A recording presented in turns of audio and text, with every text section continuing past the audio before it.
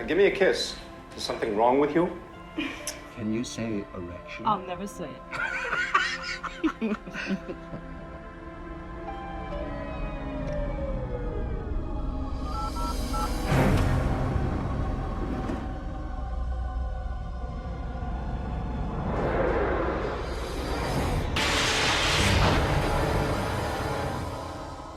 into the house. And, Wait a minute. What did you say? somebody came into the house and took me, and this is the tough part. They did not appear to be human. I'm sorry. What? Let's go back. The night of October 4th. What do you see?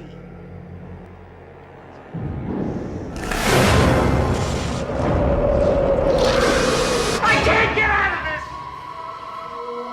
Wait, come back to me! You had me, Dad. Nightmares do that, you know, sometimes. I mean, like, daddies get their boys back, right? Yeah. You're in. I'm telling you, you're in for one big surprise. One very big surprise.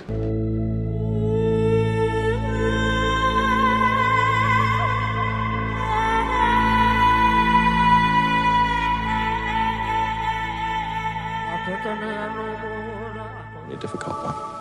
Throughout the world, there is a certain type of face, a being that's seen again and again and again, with a long, thin face and big black eyes. Sometimes the head seemed quite big, as in the Betty Andreasson case. Others, like in my case, they seem smaller and the beings are taller. But that basic configuration, that basic sort of non-human configuration, seems to be repeated again and again and again in experiences all over the world. The book Communion is about much more than the beings. It also profiles Whitley and his family fighting to keep their sanity under some pretty bizarre circumstances. A common thread among abduction victims is that often the victim's child may also have had the same experience, and in the Strieber household, this proved to be the case. I was sleeping, and suddenly a big bright light came in my room. And sometimes my dad comes in to see how I'm doing in the middle of the night, but he doesn't bring in the searchlight, so I'm sleeping, and I get scared. I think it's a burglar or something, so I pull the covers over my head and sink down.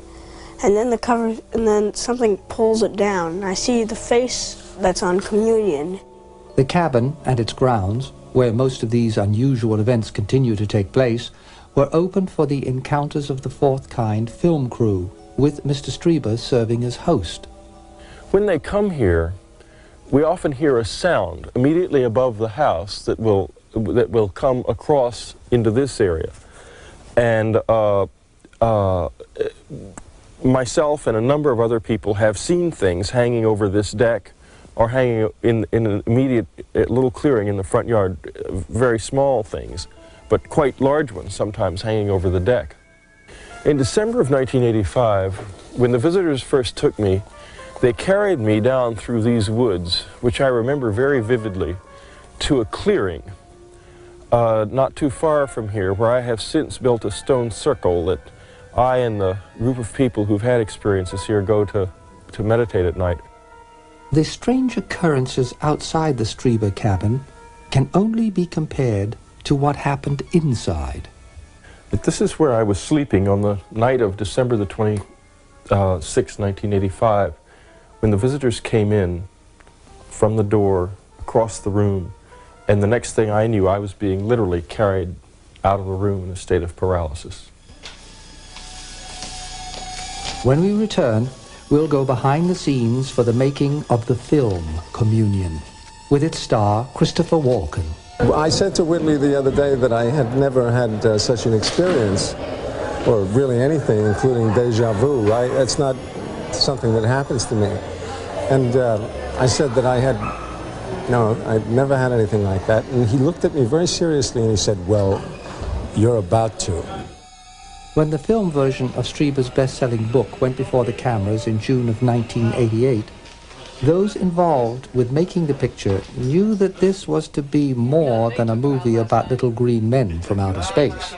Those other films were fantasies, and Whitley is, this is a true story.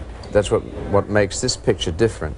It's a true story, and it really examines the psychological side of what will happen to human beings if and when they encounter intelligent non-humans.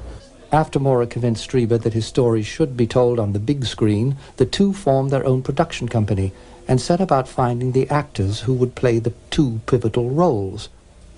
Selected to play Whitley was Academy Award winner Christopher Walken, whose gritty work in The Deer Hunter earned him an Oscar, quickly adapted himself to stepping into the shoes of the famous writer.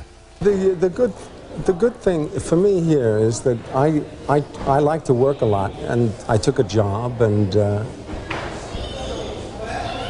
you know, I hope for the best always, but in this case it turned out to be very inventive, which I'm grateful for, and Whitley is responsible for that because he was kind of like a good parent, you know, he let the bird fly.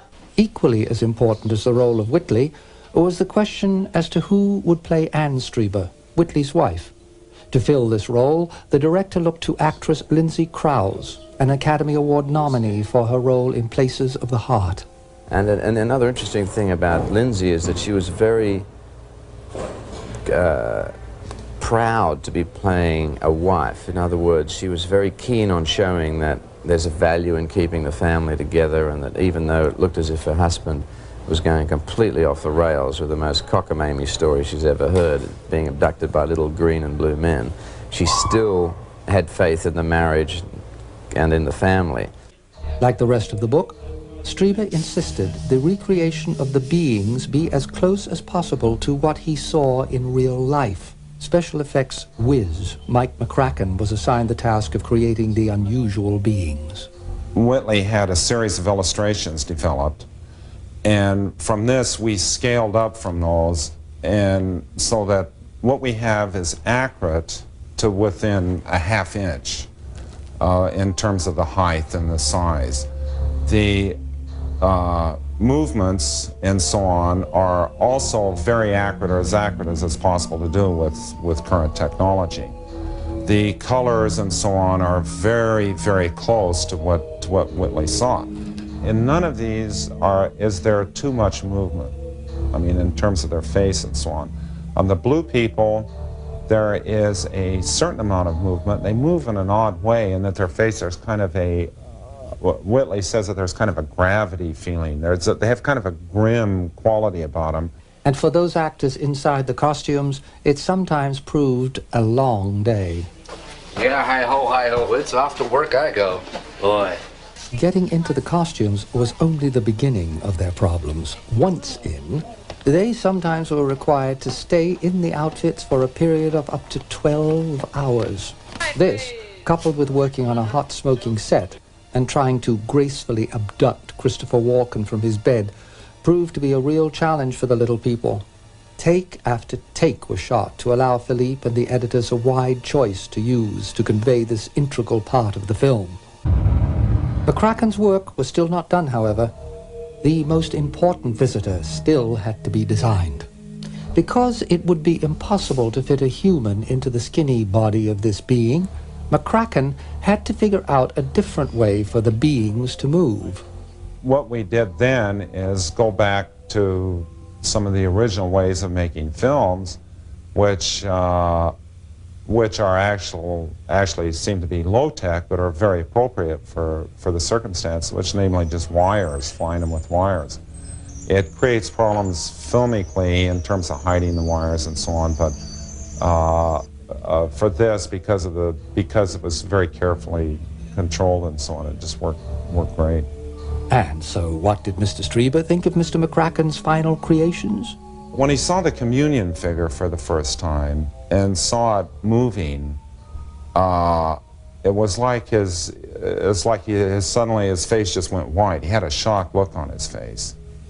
And it took him, I sense that it took him like the rest of the day to recover from this. So it was that there was a kind of trauma even in seeing the reproduction of the figure. Strieber believes there might be more to the being's face than what appears to the naked eye, a possibility that is explored with some thought-provoking scenes in the film. Ultimately, though, Communion, the film, is more than just a look at the uninvited guests visiting the Strieber household. So the film is very much about a family under pressure and how the family sticks together under the stress of these incredible events. So the story is about a family, and that's dramatized, that's come up very well. It's not a special effects picture. It's much more a picture about human emotions, and it's really a psychological thriller about someone who thinks they're going crazy. Well, it was wonderful because we woke up upstairs and we heard them all talking. And when we came down, they'd been talking for hours. It was just magical. It was like coming in right after a miracle. This is the couch where a reporter was sleeping last May of 1988. When the visitors came into this room, there were two other people in the room at the same time. They were all simultaneously awakened by the ruckus and the noise. As my son says, the visitors are noisy when they're around here. They certainly don't creep around. They couldn't move, these people, and they all had various experiences with the visitors right here in this room. Joining the Strieber family that May was a host of friends, including Raven Dana, Dora Ruffner, and Colleen Langley. Also invited along were several reporters, including newspaper reporter Ed Conroy, and a reporter, we'll call Mark, who chose not to talk to us about his experiences. If people knew what Mark had experienced here, that it was this person, his career would be ruined. And you got a guy's career on the line. He can't show up here and go public. I think it's a crying shame that he can't, because he had a beautiful, beautiful thing happen to him. But others were willing to talk. The fellow who had been sleeping, it was like a fold-out couch, and I was on a cot next to him. He sat up very abruptly, and he said, "Did you see that, or did you hear that?" And at that moment, this field broke, and I could move. Up until that time, I was just totally paralyzed, but I could move. And I said to him, "Well, yes, I heard. I heard the voices." What he described was of also waking up, hearing that garbled voice, and footsteps, as though something was approaching the foot of his bed. And then he experienced paralysis. He couldn't move. He was fully conscious, and he was very annoyed because he had wanted validation. He had asked for validation, and here it was, but he couldn't see them.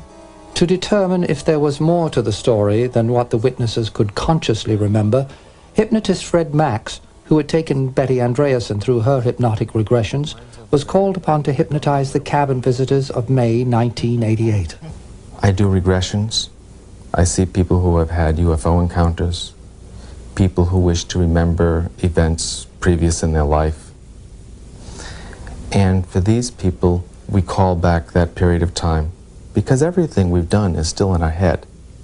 And it's a matter of guiding that person back to that point in time. As the regressions began, it was evident that more had happened that night in May than was previously thought. Tell me what you're feeling. Fear. Why? Because something stands behind me and doesn't want me to move. Are you seeing anything else? Seeing the stone circle. Okay. And what is that? The stone circle is a little Stonehenge behind the cabin. I feel a lot of fear, and I also feel this really exquisite feeling. It's incredible.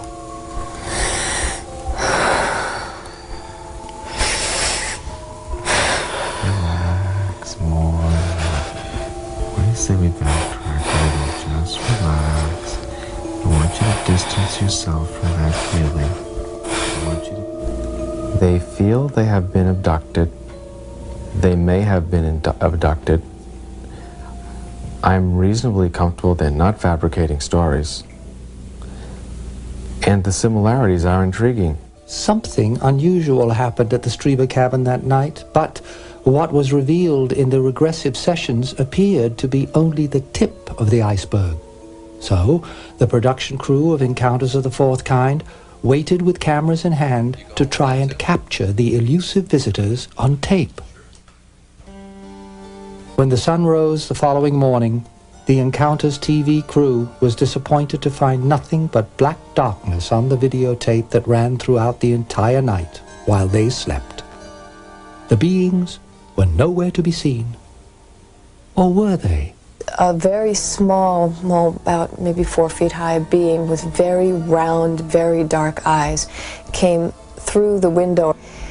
And the most interesting thing was that there was no real fear, just at first a jolt of shock, but I felt in tremendous rapport with the being who raised his hand, his right hand. And I felt the weight lift just slightly from my body. I kind of propped myself up on my arm, and I also lifted my hand. And we touched palms. It's no secret in this that something happened in here last night. But you have no physical validation. All you have is a roll of film that's just totally black with a few funny noises on it. Big deal. So what am I to say? Except that you personally, as a human being, know something happened, but you can't validate it.